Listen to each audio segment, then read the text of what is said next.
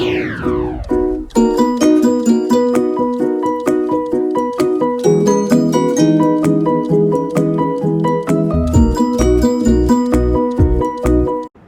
നമസ്കാരം. നമസ്കാരം. എന്തുണ്ട് വിശേഷം? എല്ലാവർക്കും സുഖം തന്നെയെന്ന് വിശ്വസിക്കുന്നു. ഞങ്ങൾ ഇവിടെ സുഖമായിരിക്കുന്നു.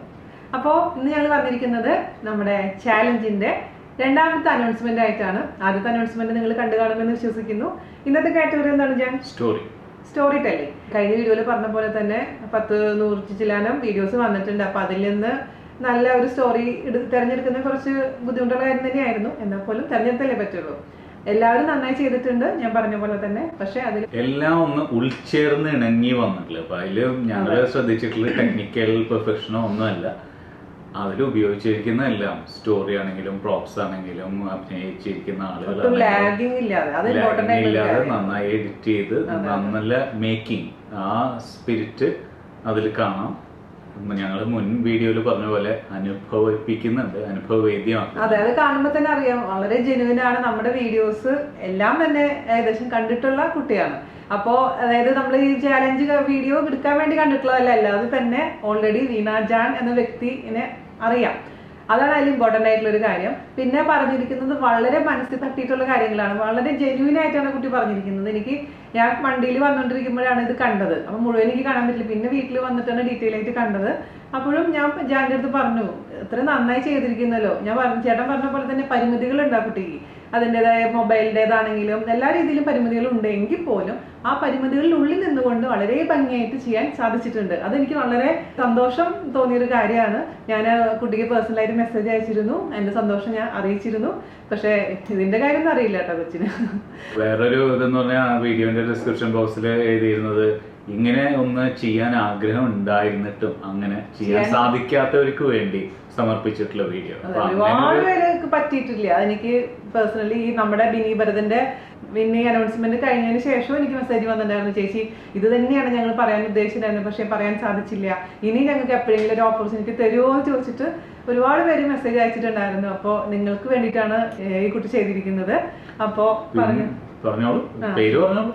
അപ്പൊ നമ്മുടെ വിന്നറാണ് സഫീല ഹുസൈൻ. ആ കുട്ടിയുടെ വീട് എറിയാടാണ്, നമ്മുടെ കൊടുങ്ങല്ലൂരുകാരിയാണ്. വീണ്ടും നമ്മുടെ തൃശ്ശൂരിലോട്ട് തന്നെയാണ് വന്നിരിക്കുന്നത്. ബിനിയും തൃശ്ശൂർക്കാരിയായിരുന്നു. അപ്പൊ സഫീലയും തൃശ്ശൂർക്കാരി തന്നെയാണ്. തൃശ്ശൂർക്കാരി ആയതുകൊണ്ട് പുറത്തല്ല കേട്ടോ, താങ്കൾ തെറ്റിദ്ധരിക്കരുത്. ചാനലിന്റെ പേര് സഫീസ് ഹോം ഡയറി. അതെ അതെ അതെ. അപ്പൊ വളരെ ഇപ്പൊ കുറച്ച് നാളായിട്ടുള്ളൂ ചെയ്യാൻ തുടങ്ങിയിട്ട്, 4 മാസമായിട്ടുള്ള ചാനൽ തുടങ്ങിയിട്ട് ശേഷമുള്ള വീഡിയോ ആണ്.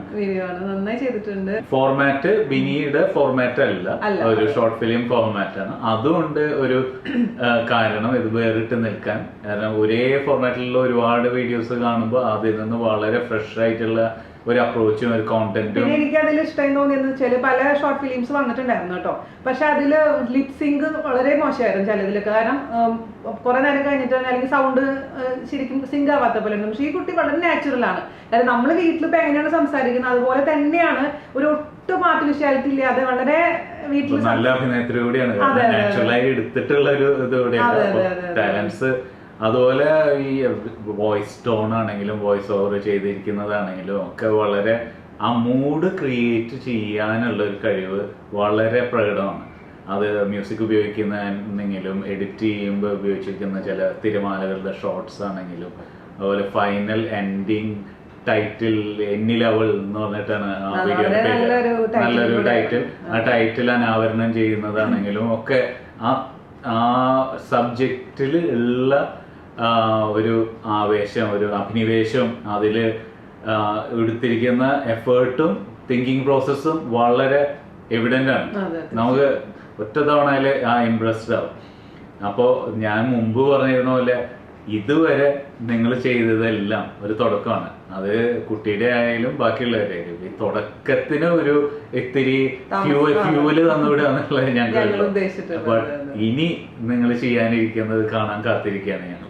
കാരണം ആ ഒരു പേടിയുണ്ടല്ലോ ഇപ്പൊ എല്ലാവർക്കും. ഇപ്പൊ ഞാൻ എന്റെ ഫസ്റ്റ് വീഡിയോ കണ്ടുള്ളവർക്ക് നിങ്ങൾക്ക് അറിയാലോ. അപ്പൊ ആരും ഒരു ഭയങ്കര കോൺഫിഡൻസോട് കൂടിയല്ല നമ്മൾ ഈ ക്യാമറേനെയൊക്കെ ഫേസ് ചെയ്യുക. പക്ഷെ നമ്മൾ കുറച്ച് കഴിയുമ്പോൾ നമുക്ക് തന്നെ ഒരു ആത്മവിശ്വാസം വരികയാണ് ചെയ്യുന്നത്, എനിക്കും പറ്റും എന്നുള്ള കാര്യം. അപ്പൊ നിങ്ങൾ എല്ലാവരും തെളിയിച്ചുകൊണ്ടിരിക്കുകയാണ്. അപ്പൊ അതിൽ നിന്ന് ഞാൻ പറഞ്ഞില്ലേ, ഒരാളെ ചൂസ് ചെയ്യാന്നുള്ളത് കൊണ്ട് മാത്രമാണ് നമ്മൾ ചെയ്യുന്നത്. പക്ഷെ നിങ്ങൾ എല്ലാവരും നന്നായി തന്നെ ചെയ്തിട്ടുണ്ട്. വീണ്ടും കണ്ടിന്യൂ പിന്നെ ചെയ്യാം. ചില നന്മകള് നല്ല കാര്യങ്ങൾ എടുത്തു പറയാന്നുള്ളതാണ് വിമർശിക്കുന്നതിനേക്കാളേ.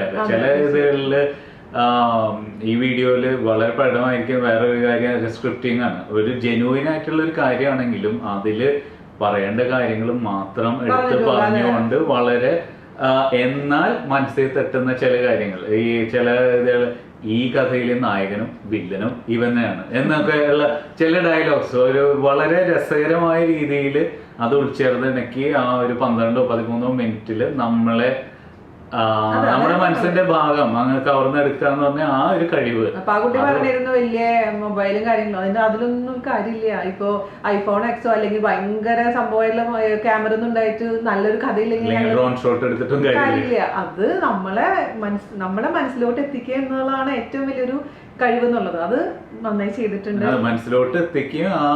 ആ തീം പറയാൻ ഉദ്ദേശിക്കുന്ന തീമും ആ പറയാൻ ഉദ്ദേശിക്കുന്ന കണ്ടന്റിനും ഒതുങ്ങുന്ന, അതിനോട് ഉൾച്ചേർന്ന് നിൽക്കുന്ന ക്യാമറ ആംഗിൾസും ക്യാമറ ഷോട്ട്സും മാത്രമേ അതിൽ പാടുള്ളൂ. വേറെ ഒരു രീതിയിൽ എന്ത് വന്നാലും അത് ഡിസ്ട്രാക്ഷൻ ആണ്.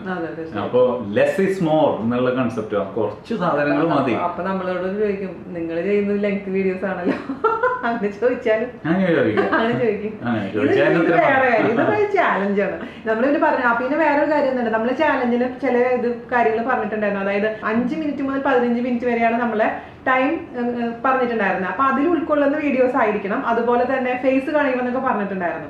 അപ്പൊ ചില വീഡിയോസ് വന്നിട്ടുണ്ടായിരുന്നു വളരെ നന്നായിട്ട് പ്രസന്റ് ചെയ്തിട്ടുണ്ട് അല്ലേ മറ്റേ കുട്ടികൾക്ക്. പക്ഷെ നമുക്ക് അതിൽ പ്രൈസ് കൊടുക്കാൻ പറ്റാത്ത ഒരു അവസ്ഥയായി പോയി. ചിലത് നല്ലതായിട്ട് വന്നിട്ടുണ്ട്, പക്ഷെ ലോങ് ആയിട്ടുള്ള വീഡിയോസ് ഉണ്ട്. ചിലത് ഷോർട്ട് ആയി പോയിട്ടുണ്ട്, ഫേസ് കാണിക്കാൻ പറ്റില്ല. അപ്പൊ അത് നിങ്ങൾ മനസ്സിലാക്കണം. നമ്മൾ ആ എല്ലാം കൂടി ഉൾക്കൊണ്ടുകൊണ്ടുള്ള നല്ല വീഡിയോസിലാണ് നമ്മൾ തെരഞ്ഞെടുത്തിരിക്കുന്നത് കേട്ടോ. പിന്നെ ചിലർ പറഞ്ഞിട്ടുണ്ടല്ലോ, നമ്മൾ ചാലഞ്ച് ആയിട്ടല്ല ചെയ്തിരിക്കുന്നത്, ഏതൊരു അവസരം തന്നപ്പോൾ വീണ ചേച്ചിയുടെ അടുത്തുള്ള സ്നേഹം പ്രകടിപ്പിക്കാൻ വേണ്ടി മാത്രമാണ് ചെയ്തിരുന്നത് ഒരുപാട് പേരിൽ പറഞ്ഞിട്ടുണ്ടായിരുന്നു.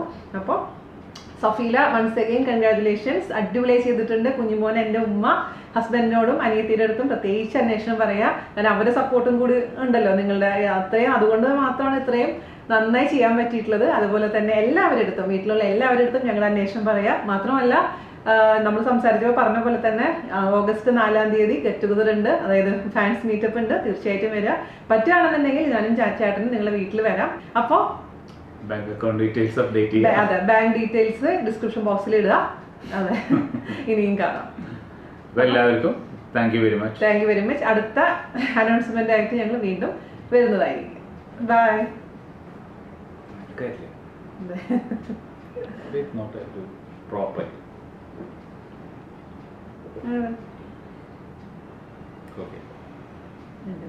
മധുരമുണ്ട്.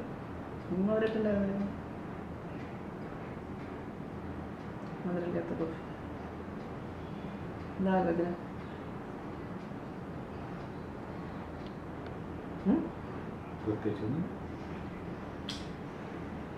ഞാൻ ചേട്ടൻ ബുക്ക് കഥ എഴുതുമോ കവിത എഴുതുമോ ചോദിക്കുന്നുണ്ടായിരുന്നല്ലോ. ഇന്ന് ബ്ലാക്ക് ആയിട്ടേക്കുന്നല്ലേ. കഴിഞ്ഞ ദിവസം അറിയാണ്ട് കണ്ട് വായിച്ചിട്ട് പോയി. എന്നോട് പലരും ചോദിക്കുന്നുണ്ട് ഞാൻ ചേട്ടൻ എഴുതുമോ. ബ്ലോഗ് എഴുതുന്ന കൊള്ളാം.